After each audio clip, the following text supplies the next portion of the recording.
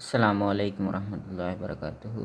இந்த வீடியோவில் 2023 ஆண்டு 29வது MCQ செய்வோம். கீழே பார்த்தா TiCl4 ஒரு முக்கிய கைத்தொழில் இரசாயன பொருளாகும். TiO2, Cl2 case, carbon solute ஆகியவற்றை தாக்கம் புரியச் செய்வதன் மூலம் இதனை தயாரிக்கலாம்.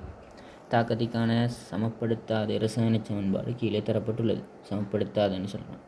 TiO2வின் 160 கிராம், Cl2வின் 213, கார்பன் 60 கிராம் ஆகியவற்றை தாக்கம் புரிய செய்வதன் மூலம் பெறப்படத்தக்க TiCl4வின் உயர்ந்தபட்ச அளவு யாதுன்னு கேட்குறான். சரி, முதலாவது தாக்கத்தை சமப்படுத்துவோம். இதில் தாக்கத்தை சமப்படுத்தினால் இடது பக்கம் குளோரின் 2 இங்கே 4, மற்றதெல்லாம் சமப்படுத்தப்பட்டிக்குது. ஸோ இங்கே 2 போட்டால் சரி. தாக்கத்தை சமப்படுத்திட்டோம். இப்போ அவன் சொல்கிறான் ஒவ்வொரு தாக்கிகளும் எந்தளவு திணிவு பயன்படுத்தப்பட்டிக்குதுன்னு சொல்கிறான். TiO2 வந்து 160 கிராம், இது வந்து 160 கிராம் பயன்படுத்தப்பட்டிக்கு. அதே போல் குளோரின் வந்து 213 கிராம், அதே போல் கார்பன் சொல்யூட் வந்து 60 கிராம். இப்போ இதில் இருந்து இவ்வாறு பயன்படுத்துகிற நேரம் TiCl4 எத்தனை கிராம் உருவாகிக்குதுன்னு கேட்குறான். அப்போ இதில் பீசமான மூல் விகிதம் வந்து பீசமானங்கிறது மூலுக்கு தான் நம்ம கதைக்கணும். ஸோ நம்ம திணிவையெல்லாம் பயன்படுத்தப்பட்ட திணிவையெல்லாம் மூலாக மாற்றிடுவோம். அப்போ திணிவை மூலாக மாற்றணுமாக இருந்தால் அது அதுக்குரிய சார் மூலக்கூட்டு திணிவால் பிரிக்கணும். அப்போ TiO2 160 கிராம் அதோட சார் மூலக்கூட்டு திணிவால் பிரிக்கணும்.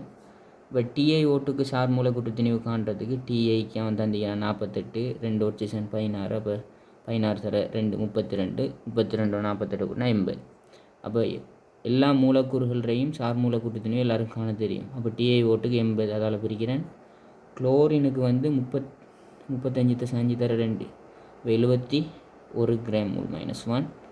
அழகெல்லாம் போட்டு MCக்கு செய்கிறதில்ல, நான் விளங்குறதுக்காண்டி செய்கிறேன்.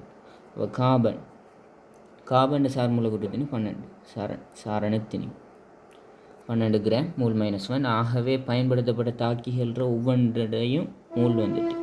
அப்போ இங்கே வரும் 2 மூல் சுருக்குனா, இங்கே வரும் 3 மூல், இங்கே வரும் கார்பன் வந்து சுருக்கணும்னு சொன்னால் 5 மூல் வரும்.